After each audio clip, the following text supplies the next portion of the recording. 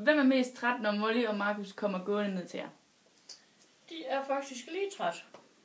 Ja. Markus han går ind på sofaen og ligger så og tænder på fjernsynet. Og Molly ude i baggangen og får noget vand. Ja, og så skal han have noget småkager. Det må han gerne have. Ja. Så jeg hygge sig med igen. Men det er ikke altid, de kommer gående ned til. De skal samtidig hentes ved kirken eller i arbejde. Halvvejs.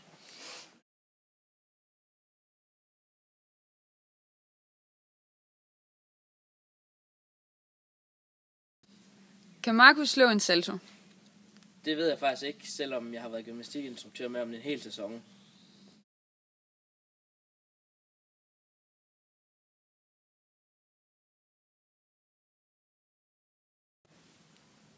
Er Markus morgensur?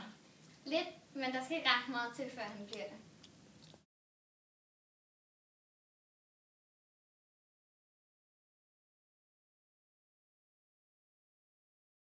Hvad vil Markus helst se i København? Jeg tror, at det Markus helst vil se i København, er selvfølgelig mig.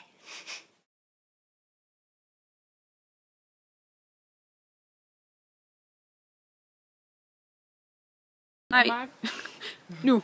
Hvilken film er Markus' yndlingsfilm? Jeg ved det faktisk ikke, men jeg tror, han kalder sådan en actionfilm.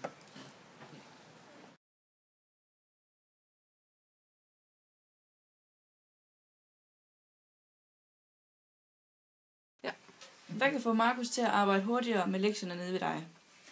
Det kan det, hvis Markus har fået at vide hjemmefra, at hvis ikke du arbejder ordentligt i dag, så får du ikke lov til et eller andet.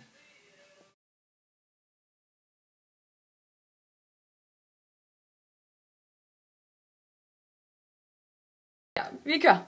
Hvem er den bedste fodboldspiller af dig og Markus? Markus han er så god til fodbold, men selvfølgelig er han bedst af den, der får flest mål. Det.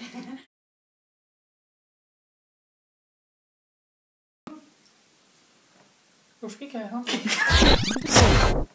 Du skal ikke have ham. De er lige trætte begge to. Markus han går ind på sofaen, og Molly ude i baggangen, når de endelig kommer gående. Men de skal samtidig hentes, enten ved kirken, eller i overarbejde. Ja, vi kører. Hvem er den bedste fodboldspiller? Hvem er den bedste fodboldspiller? Jeg prøver lidt. Jo da. Vi kører. Vi kører. Godt. Markus går ind på sofaen og tænder fjernsynet. Ja. Og finder en småkage. Og Molly ligger ude i baggangen og får noget vand. Og finder en småkage. Og Molly ligger ude i baggangen. Du er også mormorfejl. Del gang. Vi kører. Vi kører. Skal du sige det nu, mormor?